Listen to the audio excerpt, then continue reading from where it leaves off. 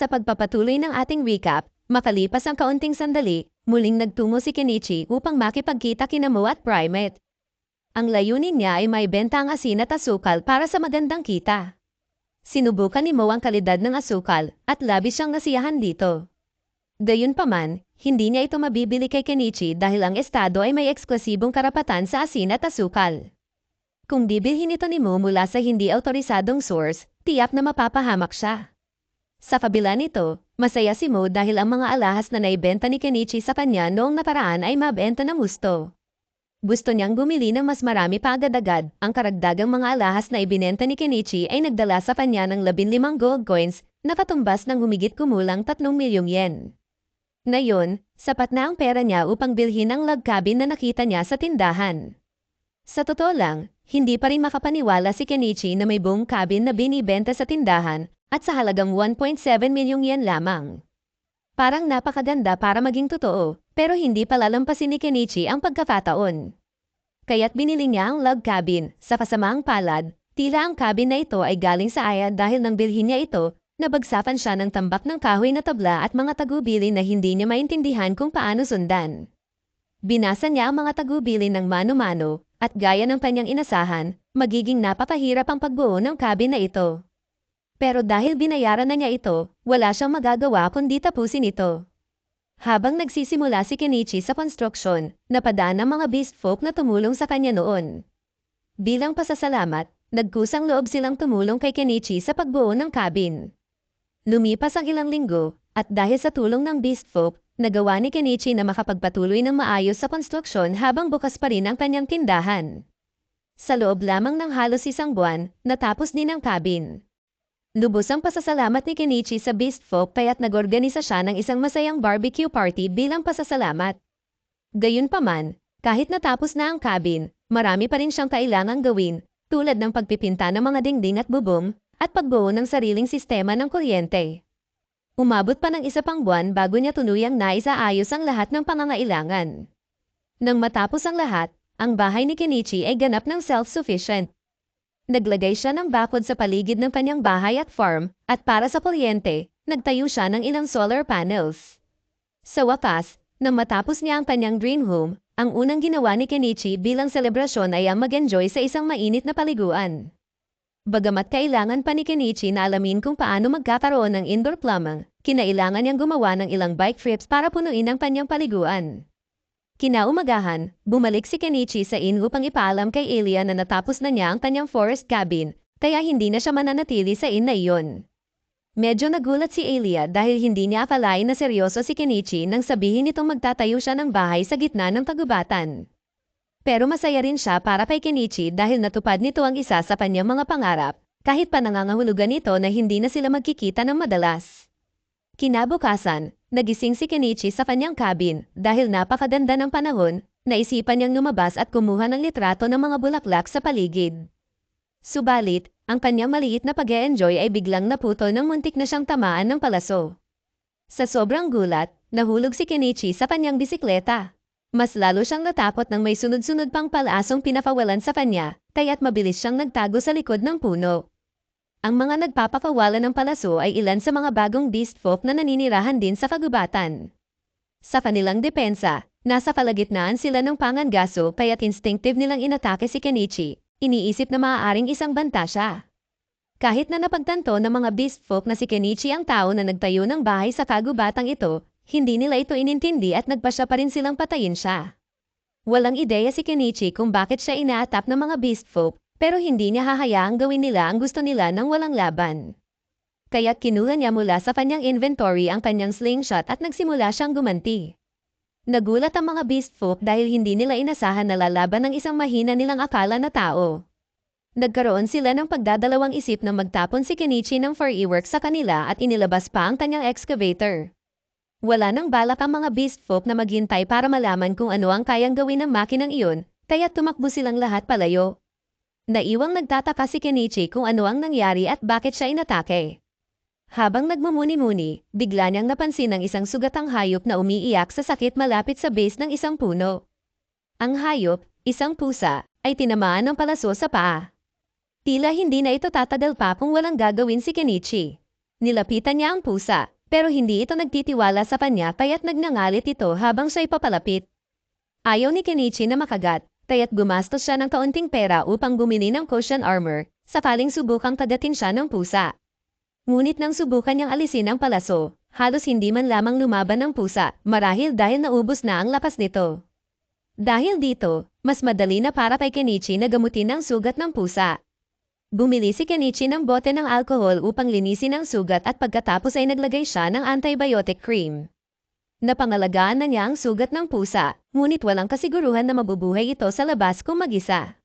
Dahil dito, nagpa siya si Kenichi na dalhin ang pusa pabalik sa kanyang bahay. Naglatag siya ng kumot para sa pusa upang makapagpahinga ito, pero hindi pa rin ito gumagalaw mula nang gamutin niya ito, kaya't nagsisimula na siyang mag-alala. Wala pa siyang nakikitang vets mula nang dumating siya sa bayan na ito, pero baka may uri ng healing magic na maaaring makatulong.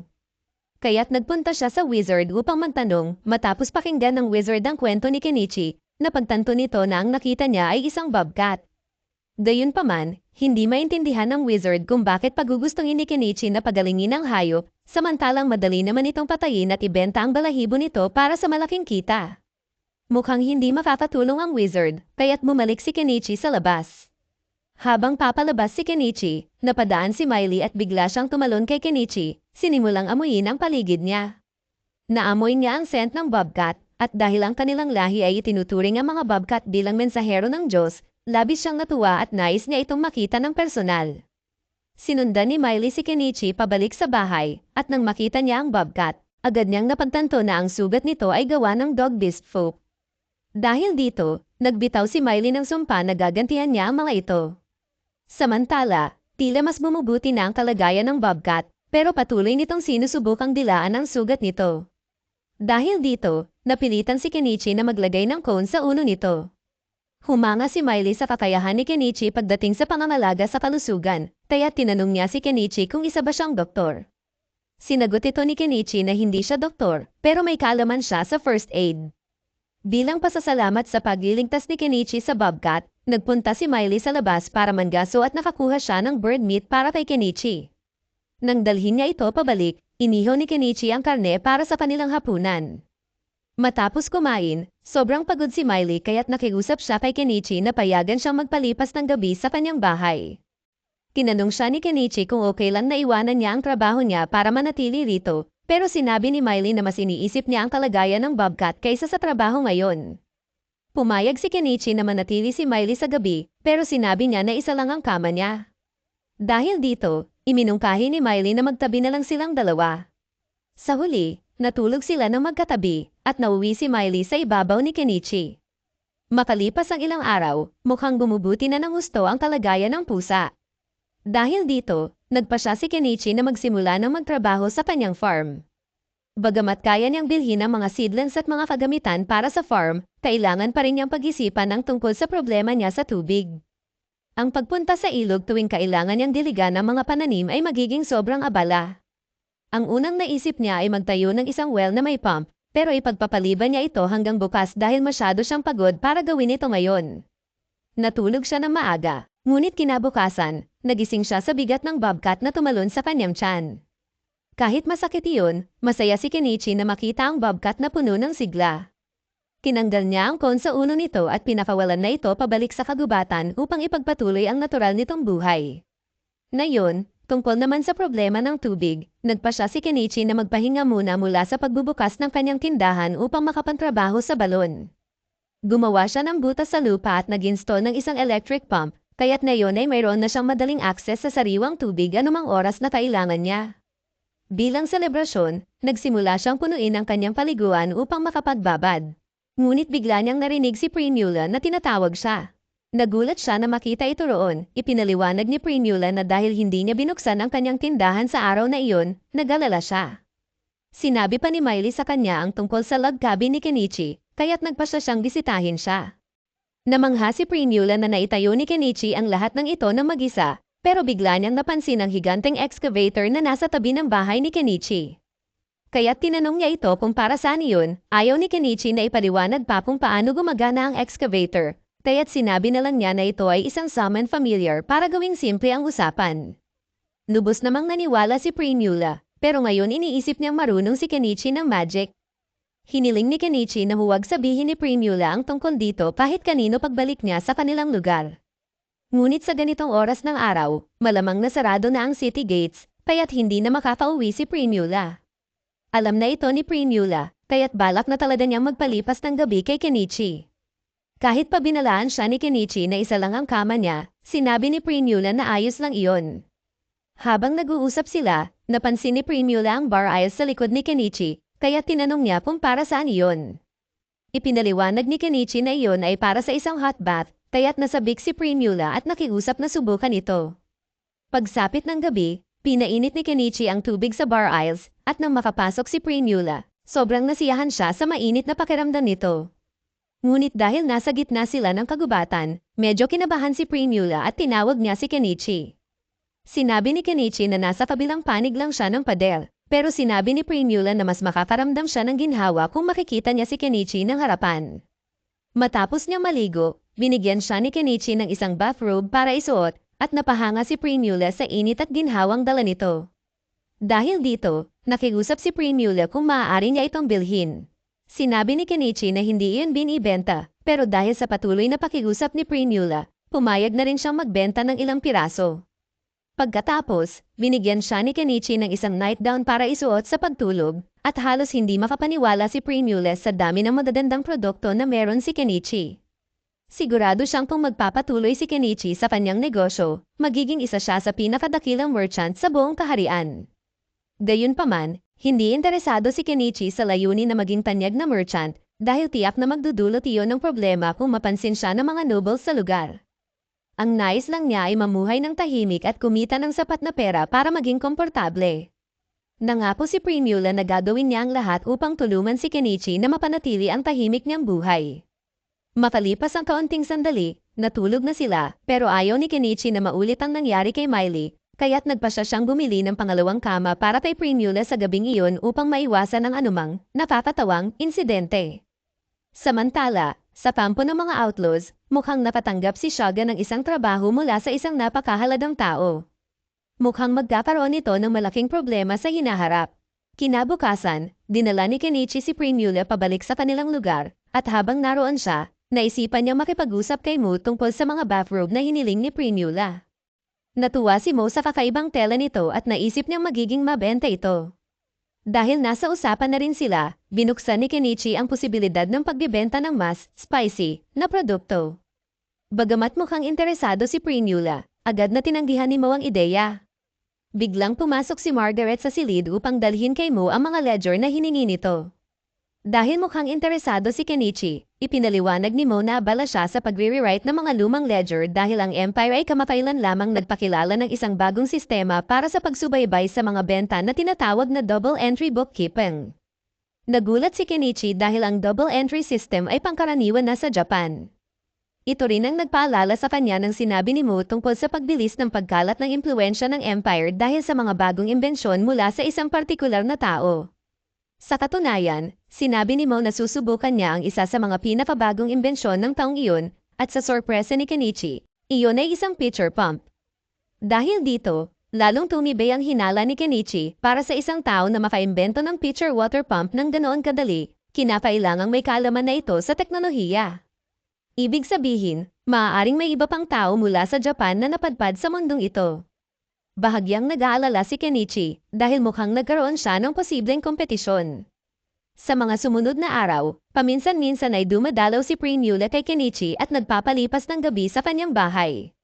Pero espesyal ang gabing ito dahil bukas ay aalis si Primula para sa isang supply run, kaya't hindi siya makakadalaw na matagal. Tinanong niya si Kenichi kung mayroon pa siyang spicy nightgown dahil gusto niya itong bilhin. Naitanong ni Kenichi kung may lalaki siyang sinusubukang akitin, at sinagot siya ni Primula na si Kenichi ang tinutukoy niya. Hindi alam ni Kenichi kung paano tutugan, pero iniisip niyang hindi tama na magkaroon siya ng ganoong klaseng relasyon kay Primula, lalo na't kaibigan niya si Mo, at siguradong hindi papayag si Mo na masangkot si Primula sa isang matandang katulad niya. Gayunpaman, sinabi ni Primula na may pahintulot na siya mula sa kanyang ama, kaya't hindi ito magiging problema. Kahit na ganoon, iniisip pa rin ni Kenichi na masyado siyang abala sa maraming bagay sa kasalukuyan, kaya't hindi niya kayang pumasok sa isang relasyon ngayon. Hiniling niya kay Primula na ipagpaliban muna nila ang usapan tungkol sa relasyon. Naiintindihan naman ni Primula ang sinabi niya, pero hiniling niya na sana'y makatulog silang magkatabi sa iisang kama kahit isang beses bago siya umalis, kahit pa simpleng pagtulog lamang. Kinabukasan, nagkaroon si Kenichi ng hindi inaasahang bisita, isang knight. Laking gulat niya nang makita na ito pala ang lalaki na binentahan niya ng espada noong nakaraan.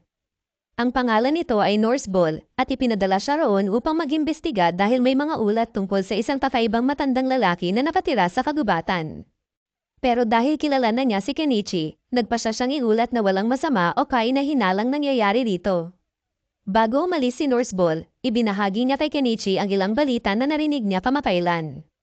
May isang mage mula sa Empire na lumikha ng isang kakaibang condiment na tinatawag na mayonnaise at sa kung anong paraan, nagawa niyang talunin ng isang dragon gamit ito. Walang duda sa isipan ni Kenichi na ang misteryosong lalaking iyon ay isa ring taong nagmula sa Japan. Sa dami ng nagawa ng taong ito, nakaramdam si Kenichi ng kakaibang panghihina dahil parang napaghihiwanan siya. Ito ang pagtatapos ng episode 3. Huwag kalimutang mag-subscribe upang hindi mahuli sa susunod na bahagi. At sa pagpapatuloy ng part 4 ng recap, walang duda kay Kenichi na ang misteryosong lalaki na yun ay nagmula sa Japan dahil sa daming nagawa nito.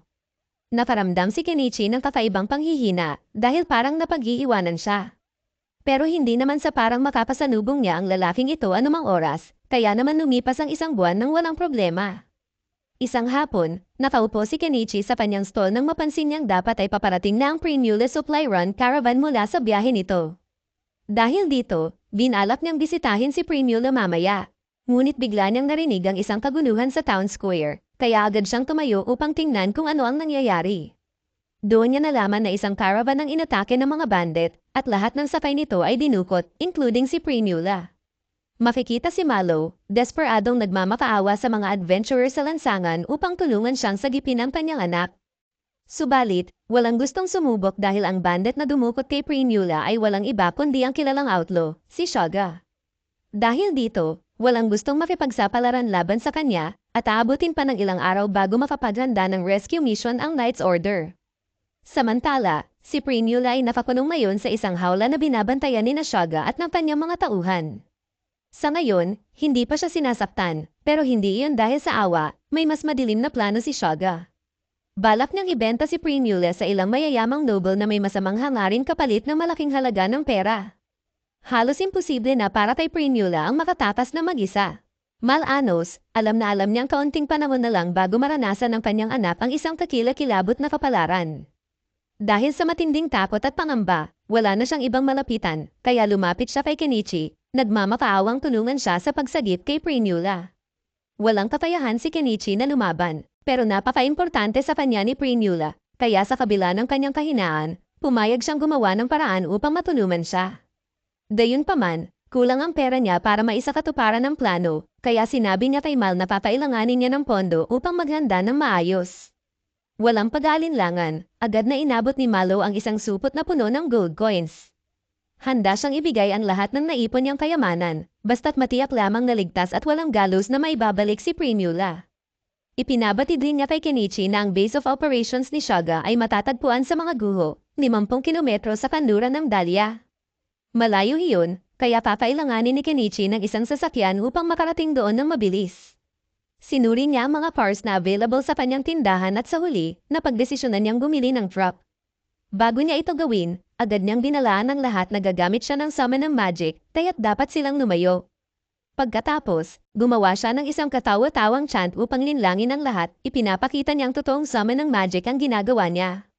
Sa sandaling lumitaw ang kanyang truck, mabilis siyang umakyat dito at sumigaw, tinatanong kung mayroong sino mang handang sumama sa kanya sa labanan. Malaki ang bounty sa uno ni Shaga, kaya kung magtatagumpay sila sa pagpapatamba sa kanya, magkakaroon ng malaking gantimpala ang lahat ng makikilahok sa misyon. Kahit na mukhang napakaengganyo ng alok ni Kenichi, wala ni isa mang sumama sa kanya dahil masyadong mapanganib si Shaga. Dahan-dahang nagsisimulang mag-alala si Kenichi, mukhang wala siyang ibang pagpipilian kundi gawin ito mag-isa. Ngunit sa hindi inaasahang pagkakataon, lumapit sa kanya ang bobcat na kanyang iniligtas noong nakaraang buwan.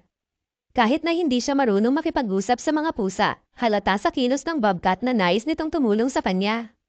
At hindi lang iyon, nang pag-usapan ng tungkol sa mga pusa, Miley at ang iba pang beast folk ay lumapit rin kay Kenichi.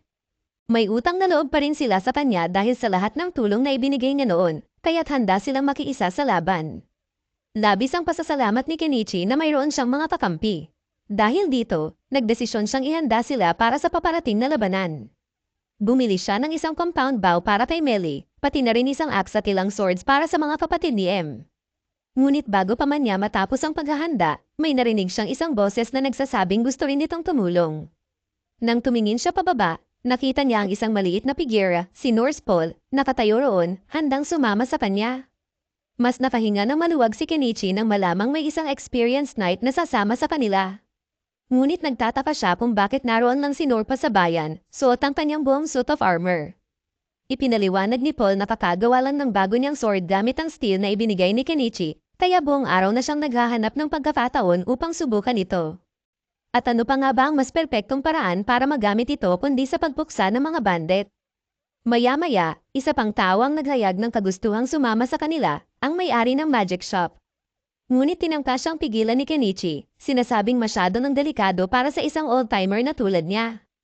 Ngunit napangiti lamang ang old man at ibinunyag na isa siyang dating mage noong kabataan niya.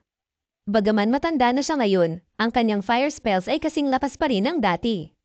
Dahil dito, napagtanto ni Kenichi na magiging malaking tulong ang matanda sa laban, kaya pinayagan niya itong sumama. Ngunit biglang nagsalita si Anima, nais rin niyang sumama. Muling tinangka ni Kenichi na pigilan siya dahil wala naman talaga siyang may aambag sa isang laban. Ngunit iginiit ni Anima na kahit hindi siya marunong lumaban, maaari pa rin siyang magbigay ng moral support at magluto ng pagkain para sa grupo. Nangako rin siya na tatakbo siya palayo sa sandaling magsimula ang labanan, kaya hindi kailangang alalahanin ni Kenichi ang kanyang kaligtasan. Dahil dito, sa huli ay pumayag si Kenichi na isama si Anima para sa moral support. Ngunit nang sabihin ni Malo na nais rin niyang sumama, dito na nagtakda ng limitasyon si Kenichi. Mahigpit niyang sinabi kay Malo na manatili sa bayan at hintayin na lamang ang ligtas na pagbabalik ni Prinula. Sa huling pagkakataon, muling tinanong ni Kenichi kung may iba pa bang nais sumama sa kanila. Ngunit ang natitirang mga tao ay masyadong takot kay Shaga, kaya unti-unting lumayo ang karamihan hanggang sa tuluyang maglaho ang mga tao sa paligid. Mukhang siyam lang sila ang gagawa ng misyong ito, kaya bago sila umalis, nagtungo muna si Kenichi sa guild upang magparehistro bilang isang adventurer. Kasabay nito, opisyal niyang inanunsyo ang kanyang pagtugis sa bounty ni Shaga. Matapos ang lahat ng paghahanda, umalis na ang grupo sa ng trap ni Kenichi. Habang papaalis sila ng lungsod, ang mga taong masyadong duwag upang lumaban ay nagsimulang pagtawanan at latin si Kenichi. Iniisip nila na wala siyang balak talagang labanan si Shaga at tatakbo lang siya dala ang perang ibinigay ni Malo. Samantala, sa ruins, may isang slave girl na bihag rin ni Shaga ang nagbukas ng selda ni Prinula upang dalhan siya ng pagkain.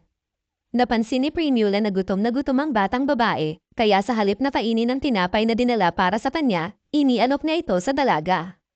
Lubos ang pasasalamat ng babae sa kabaitan ni Prinula, kaya agad niyang sinimulang kainin ito.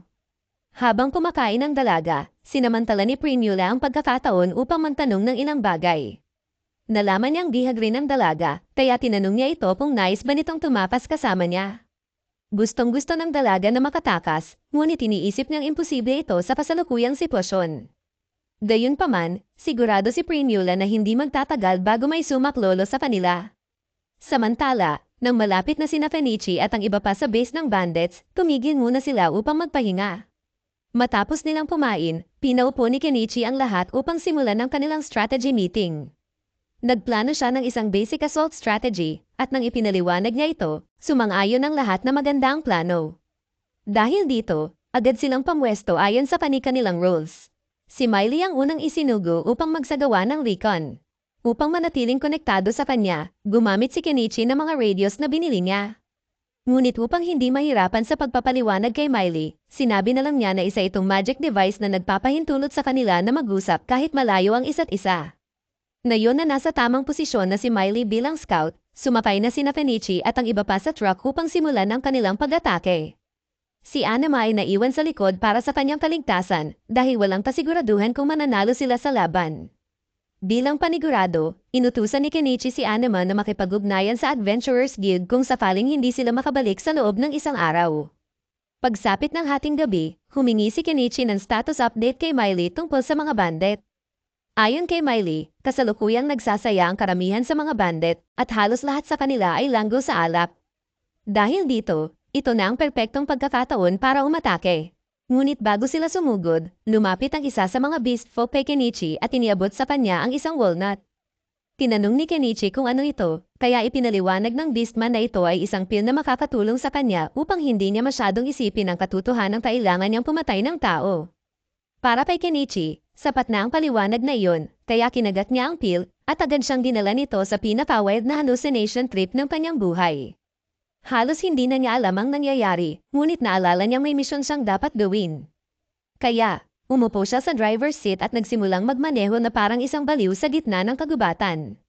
Samantala, sa bandit camp, abala pa rin sa kasiyahan ng lahat ng bandit. Bigla, 2 bandit ang napansin ng papalapit na truck. Ngunit bago pa sila makapagsalita, binaril sila sa ulo ni Miley.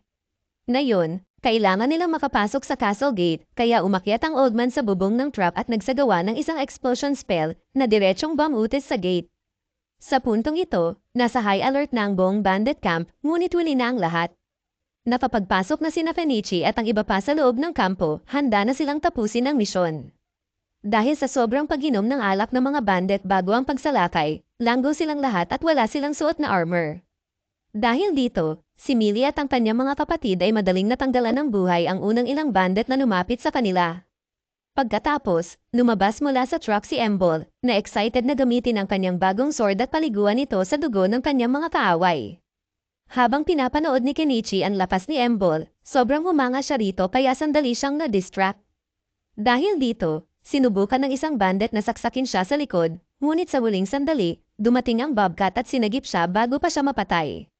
Maya-maya, mas marami pang bandit ang nagsimulang lumitaw mula sa ruins, kaya nagdesisyon si Kenichi na gumamit ng mas mabibigat na sandata, isinomay niya ang kanyang backhoe upang durugin sila ng sabay-sabay.